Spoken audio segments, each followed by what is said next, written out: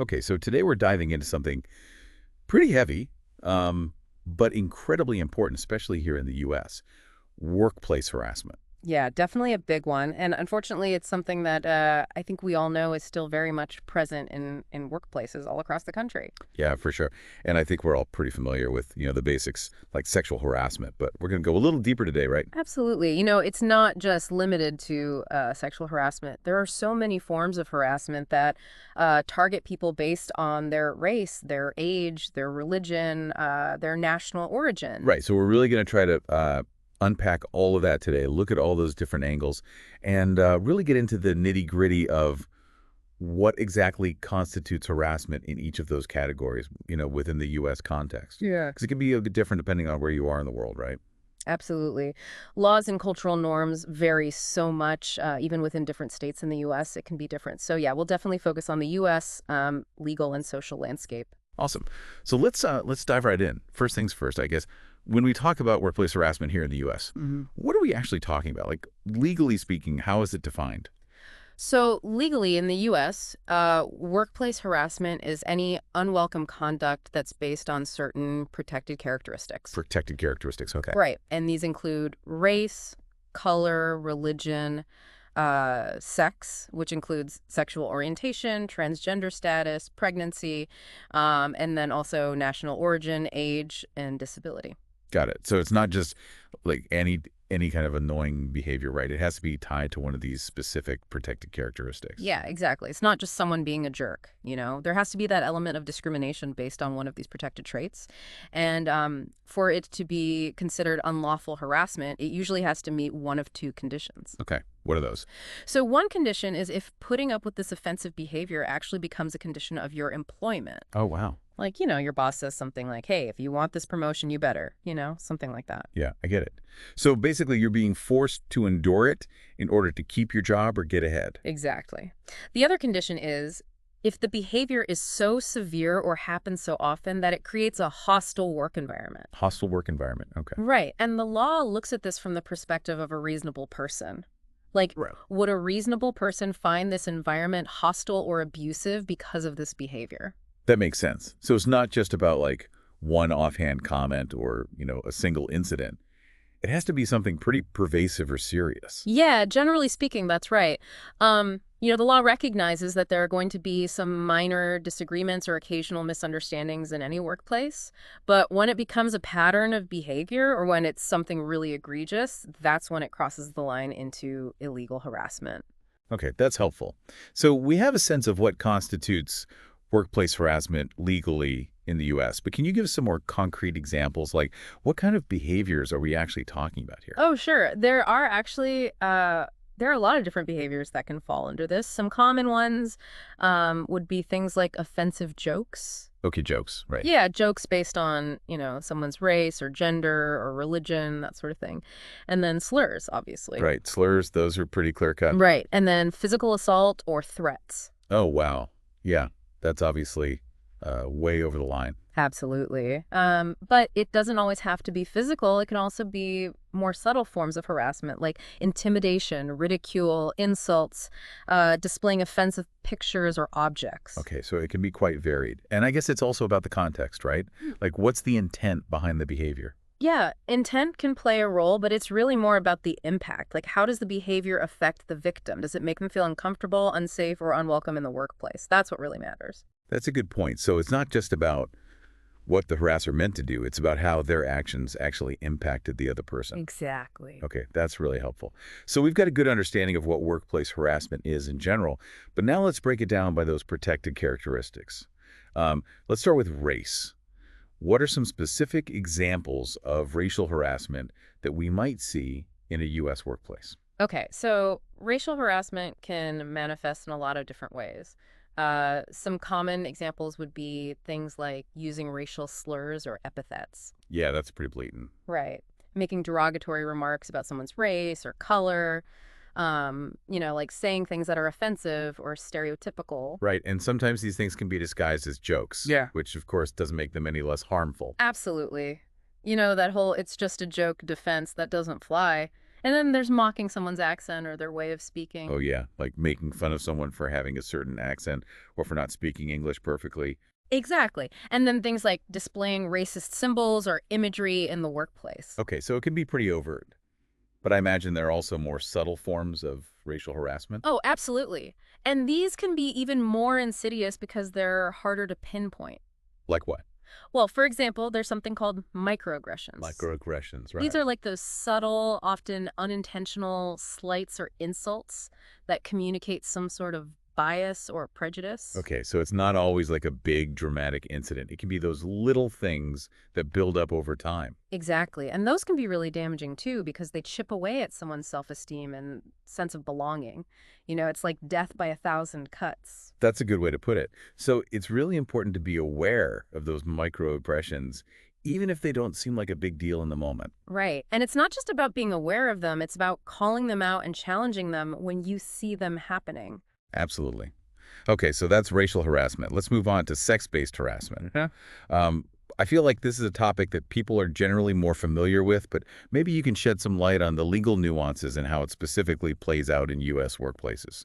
Sure. So, sex based harassment in the U.S. is defined as any unwelcome conduct that's based on someone's sex, gender identity, or pregnancy status. Okay, so it covers a pretty broad range of issues. It does, and it can include things like unwelcome sexual advances, requests for sexual favors, and other verbal or physical conduct of a sexual nature. Right, so like unwanted touching, suggestive comments, that kind of thing. Exactly. And then there's quid pro quo harassment, which is where someone in a position of power uses that power to try to coerce someone into sexual activity. So like a boss saying, if you sleep with me, you'll get that promotion. Exactly. That's a classic example of quid pro quo harassment, and it's illegal even if the victim doesn't actually give in to the demands. That's good to know. And it's not just about those explicitly sexual behaviors, right? Like there's also harassment based on gender stereotypes. Right. So, for example, it could be making offensive remarks about women in general or telling a woman she's not assertive enough to be a leader, stuff like that. Oh yeah, those subtle biases that can really hold people back. Exactly. And it can go both ways, too. Men can also experience sex-based harassment, like if they're constantly being ridiculed for not being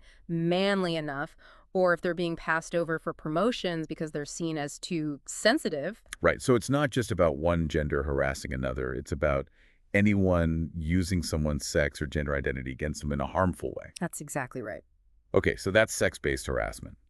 Let's move on to age. How does harassment based on age play out in U.S. workplaces? Well, age discrimination is actually a big problem in the U.S., and it often takes the form of harassment. Really?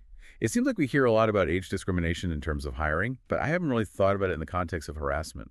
Yeah, it definitely happens. The law in the US protects workers over the age of 40 from age discrimination, which includes harassment. Okay, over 40, got it. Right. So some examples of age-based harassment would be things like making jokes about someone being over the hill or past their prime. Ah, yeah, those classic ageist jokes. Right. Or excluding older workers from social events or training opportunities. Oh, I see. So it can be about isolating them or making them feel like they don't belong. Exactly. And it can also be more subtle, like constantly questioning an older worker's judgment or abilities because of their age. So it's about creating an environment where they feel unwelcome or undervalued because of their age. Right. And this can be really damaging to someone's self-esteem and their career prospects. It can make them feel like they're no longer capable or relevant, which of course is not true. That makes sense. So it's important to be aware of these ageist biases and to challenge them when we see them. Absolutely. Okay, now let's talk about religious harassment. Okay, religious harassment. So obviously the U.S. is a very diverse country in terms of religion, so I imagine this can be a pretty complex issue. Yeah, it definitely can be. Religious harassment is basically any unwelcome conduct that's based on someone's religious beliefs or practices. Okay, so what kind of behaviors are we talking about here? Well, it can range from pretty overt things like using religious slurs or epithets to more subtle things like making assumptions about someone's beliefs or practices. Okay, like assuming everyone celebrates Christmas or that everyone is comfortable with certain kinds of jokes. Right. And then there's pressuring someone to participate in religious activities that they don't want to or trying to convert them to your religion. Oh yeah, that's definitely crossing a line. It is. And then there's also the issue of religious accommodations. In the U.S., employers are legally required to make reasonable accommodations for their employees' religious beliefs and practices. Okay, like allowing them time off for religious holidays or letting them wear certain clothing or head coverings. Exactly. And if an employer refuses to make those accommodations, that can be a form of religious harassment. That's really helpful. So it's not just about avoiding offensive comments, it's also about creating a workplace environment where people feel comfortable practicing their religion without fear of discrimination or retaliation. Exactly. Okay, finally, let's talk about national origin harassment. Okay, national origin. So this is about discrimination based on where someone is from, right? Right. It can be based on where someone was born, their ancestry, their ethnicity, or even their accent. Okay, so it's pretty broad. Yeah. What are some examples of this type of harassment in the workplace?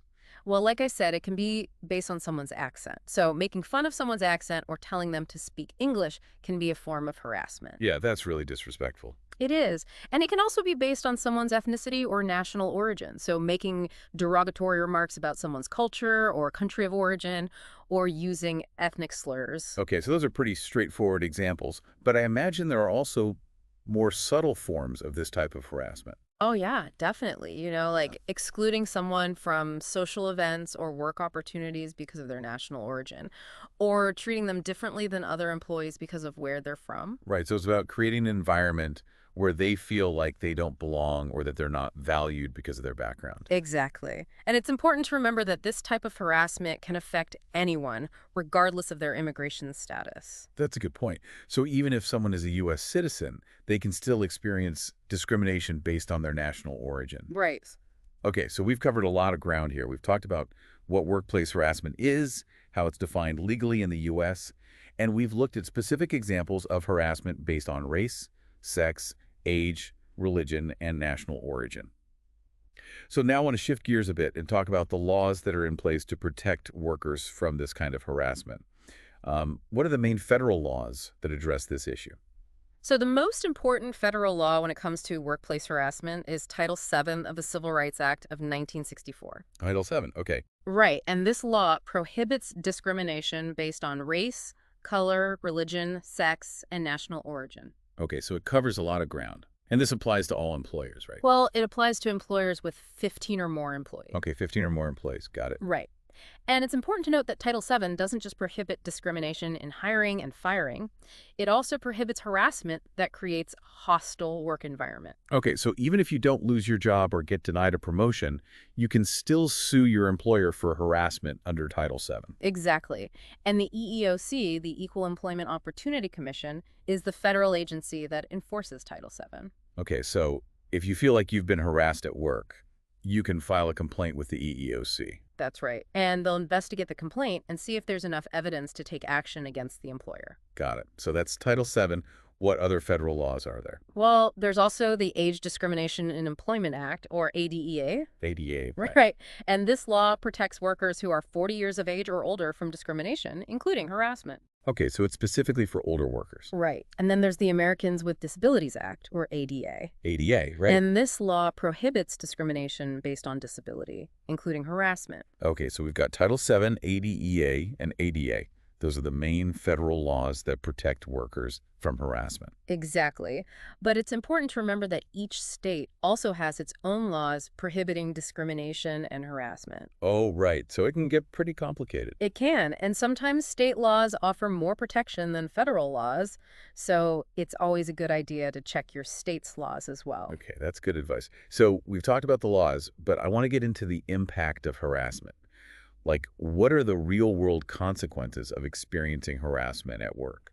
Well, the impact can be devastating. Yeah, I It imagine. can affect your mental health, your physical health, your relationships, your career. Wow, so it can touch every aspect of your life. It can. Victims of harassment often experience things like anxiety, depression, stress, insomnia, headaches, even PTSD. PTSD, wow, that's... It is. And it can also lead to problems at home. You might start withdrawing from your loved ones, or you might have trouble concentrating at work, which can lead to poor performance reviews or even job loss. So it's like a ripple effect. It starts with the harassment, but then it just spreads out and affects everything else in your life. Exactly. And it can also be really hard to escape from. You might feel like you have to keep going back to that hostile work environment every day, which can just make the trauma worse. That's awful.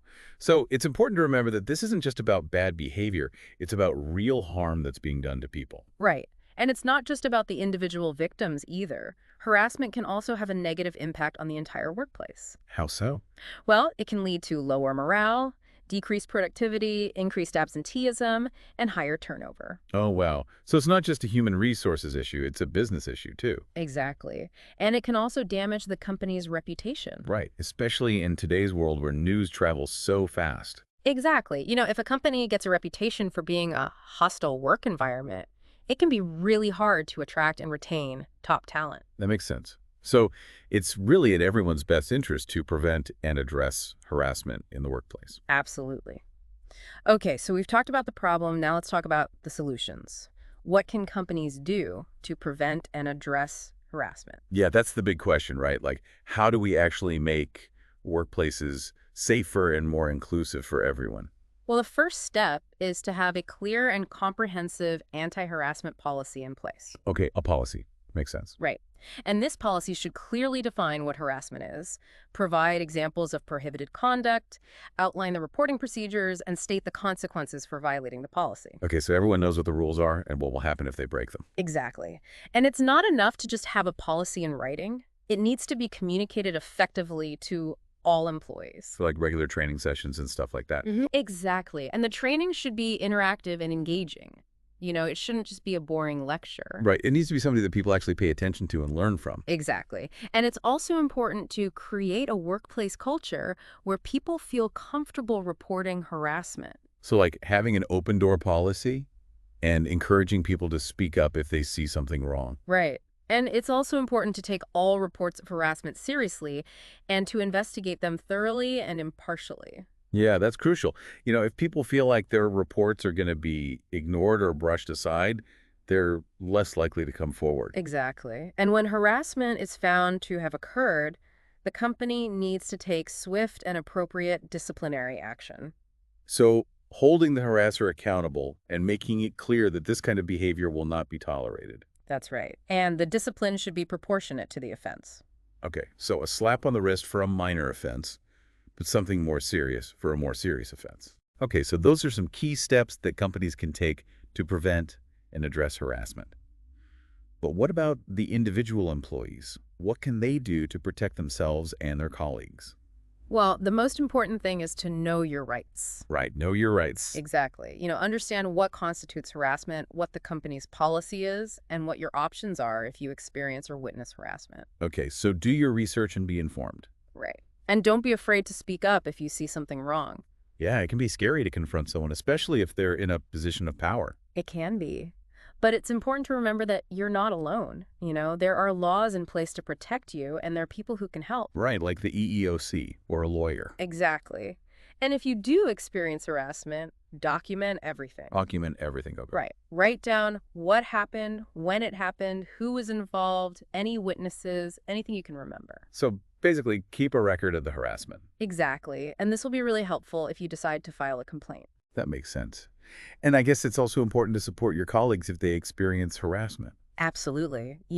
Be there for them, listen to them, and encourage them to seek help if they need it. Right. And if you see something happening, don't just stand by and do nothing. Exactly. Yeah. Speak up, even if it's just to say, hey, that's not okay. Right. Even a small act of courage can make a big difference. It can. Okay, well, this has been a really informative conversation. I think we've covered a lot of ground today. Any final thoughts? Yeah, I think the most important thing to remember is that harassment is a serious problem, but it's a problem that we can solve. Right. It's not inevitable. Exactly. Yeah. By working together, by educating ourselves, by speaking up, and by holding each other accountable, we can create workplaces that are safe and respectful for everyone. I love that. So let's all do our part to make that happen. Agreed. Thank you for joining us for this deep dive. And to all our listeners out there, remember to know your rights, speak up, and be an ally. Together, we can make a difference.